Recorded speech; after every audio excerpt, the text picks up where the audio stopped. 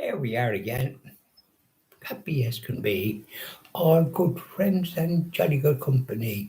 Now, let's talk. It's good to talk. Well, here we are in Knock, County Mayo.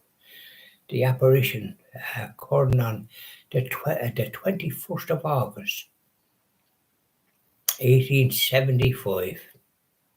15 people saw the vision of and it become a miracle. Accepted as genuine. In 1954, I think the Archbishop of Tuam was the man in charge, and so it was ordained as uh, for our Blessed Mother, a place of pilgrimage. So which is great, and so today it was, as I say, rain this morning. I had my umbrella, and good, you still get a bit wet, but I went into the town, shall we say, drove in from here, and parked the car near the parish church, I think St. Patrick's, and in I went, and there was people there, and there was a lady cleaning seats, and I said, there used to be a mass here at 11 o'clock. I think it was in there little after 10:30 or something like that. I said, there used to be a mass is here. Oh, she says something. She went in and then she said, because I saw a sign outside mass at 12 o'clock and 3 o'clock in the Basilica, and I couldn't see any times of masses in the parish church, but there was 3 masses or 4 masses a day, and it was great, like, and because the tabernacle is in the middle of the church and it's shaped like the cross, I think, and I love the church. And so anyway, I stayed there and did my prayers, the Holy Rosary. I did the Stations of the Cross, the Holy Rosary, and then the Chaplet of Mercy. But there was people coming in, and people from kind of African other countries, quite a few.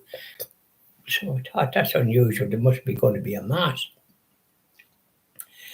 So goodness, it was become full, and I had to move where I was. I didn't think there'd be anything, and I moved to the right. So I said there's going to be mass anyway, and it is for these I think were pilgrims from these countries. And they had somebody playing something over the other side, and a choir. It's a beautiful sound. So the Holy Mass started at 12, but the priest was from another country, I think, but he's been in Knock for some years. He'll be leaving next year, and he's learned a lot. And he said the Holy Mass, and then he welcomed all the people like on this pilgrimage that they're on. And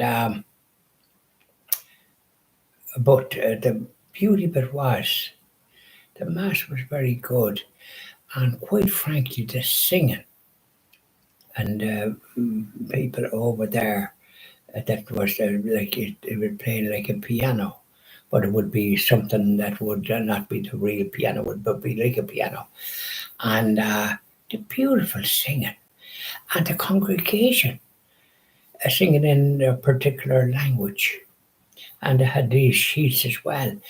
It was very uplifting. That's all it was. And I just thought even the reverence attached to it, it was marvelous.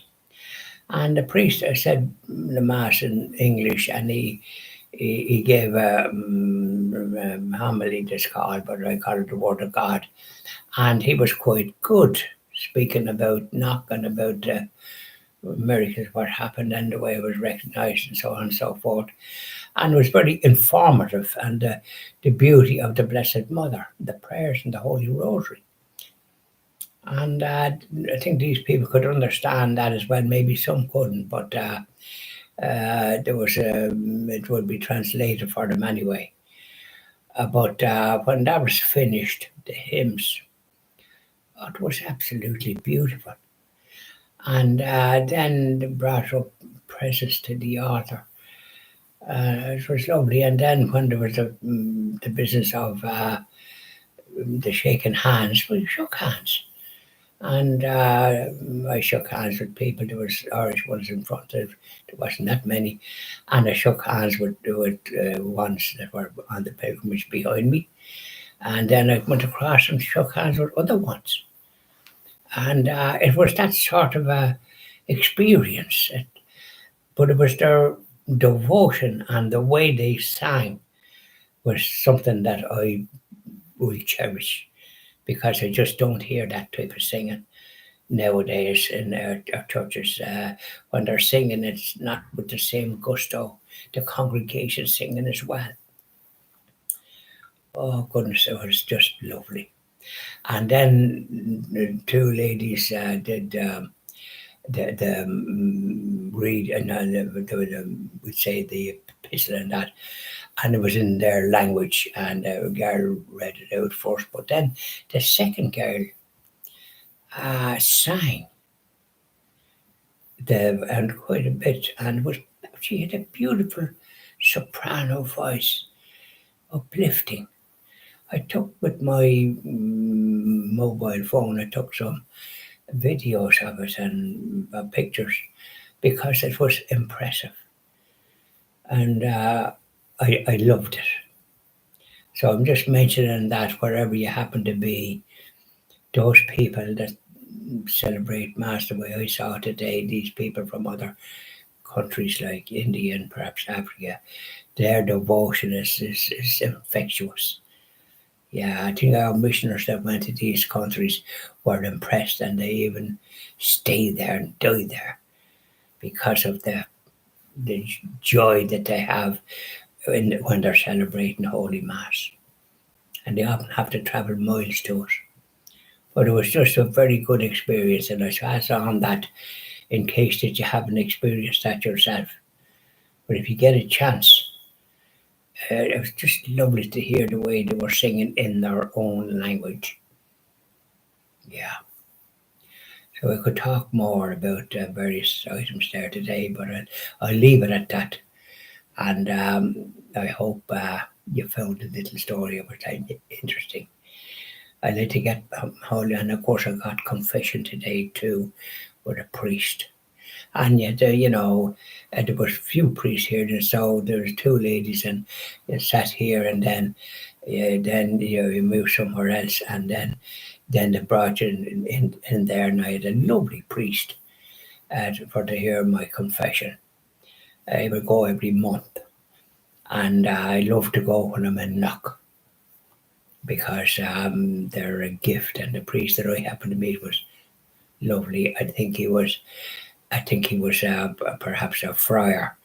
He wasn't a normal curate or something like that. He had a different way of going on. It was lovely. So I got my penance, and then, anyways, I'll tell more tomorrow night, please God. Bye now, and I'll be doing evening prayer to our Blessed Mother after this. Bye.